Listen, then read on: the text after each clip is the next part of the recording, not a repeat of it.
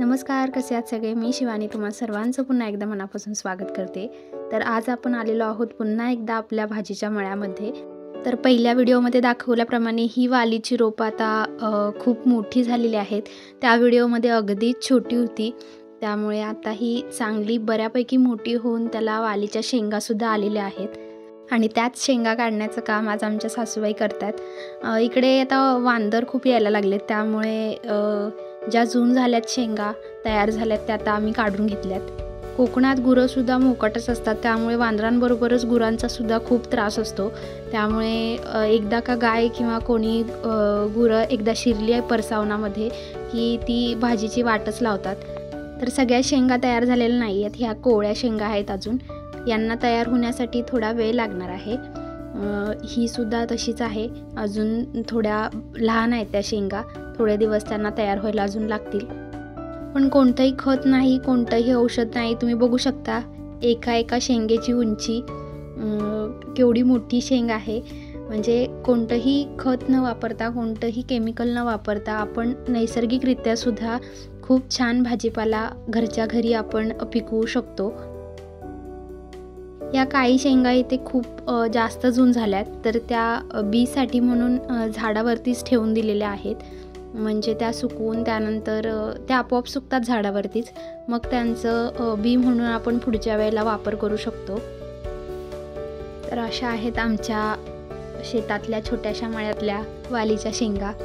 ह्यांना सपोर्ट मिळाल्यामुळे जी आम्ही शिरी लावली होती त्यामुळे काय झालं की त्यांना उंचवरती जाण्यासाठी एक आधार मिळाला आणि त्या शेंगांचं वजन त्या वेली पेलू शकल्या, त्यामुळे त्यांना आधार देणं खूपच महत्त्वाचं असतं। म्हणजे शिरी वगैरे लावणं तेवढंच महत्त्वाचं असतं।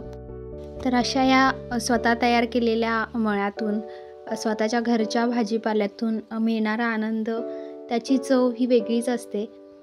ही सुद्धा एक आणखीन जून झालेली शेंग आहे, ती आपण तशीच ठेवून दिली आहे, तिचासुद्धा आपण बीसाठी वापर करणार आहोत।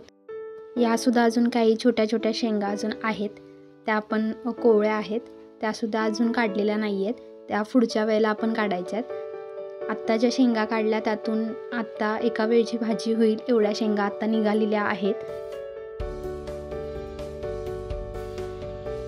तुम्हाला सुद्धा या वालीच्या शेंगांची भाजी आवडते का हे नक्की कमेंट करून सांगा, किंवा तुमच्यासुद्धा मळ्यामध्ये ही भाजी आहे का हे सुद्धा कमेंट करून सांगायला विसरू नका।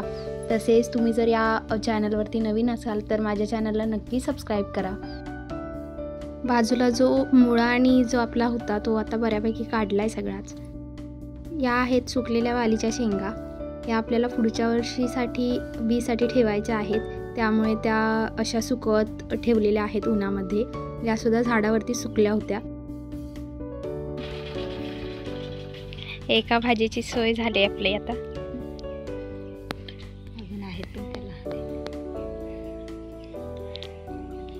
भरपूर मोठ्या झाल्या ना, पण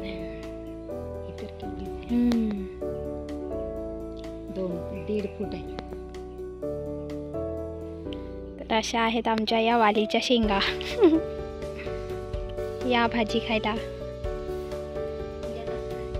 आमच्या सासूबाईंच्या हातची होय, सोमवारी करायची सासूबाई करणार आहेत आमच्या।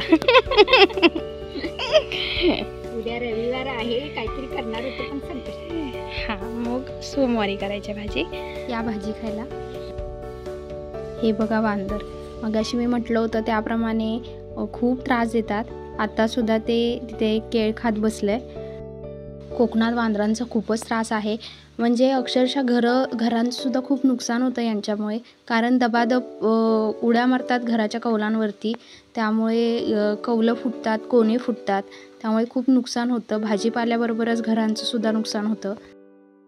मला पर्सनली वांदरांची खूप जास्त भीती वाटते, त्यामुळे मी काय बाहेर गेलेली नाही आहे, मी आपल्या खिडकीतूनच व्हिडिओ करते, कारण कुठूनही अचानक ते एकटं नाही आहे, 5-6 जण आहेत त्याच्याबरोबर, त्यामुळे मला खूप भीती वाटते त्यांची, त्यामुळे मी खिडकीतूनच व्हिडिओ करते, कारण कुठून कधी येतील काय सांगता येत नाही। तर काही जण म्हणतील तू कोकणातली आहेस आणि काय भीतेस, तर असं काय नाही, प्रत्येकाला कोणत्या ना कोणत्या गोष्टीची भीती असते, तशी मला याची आहे।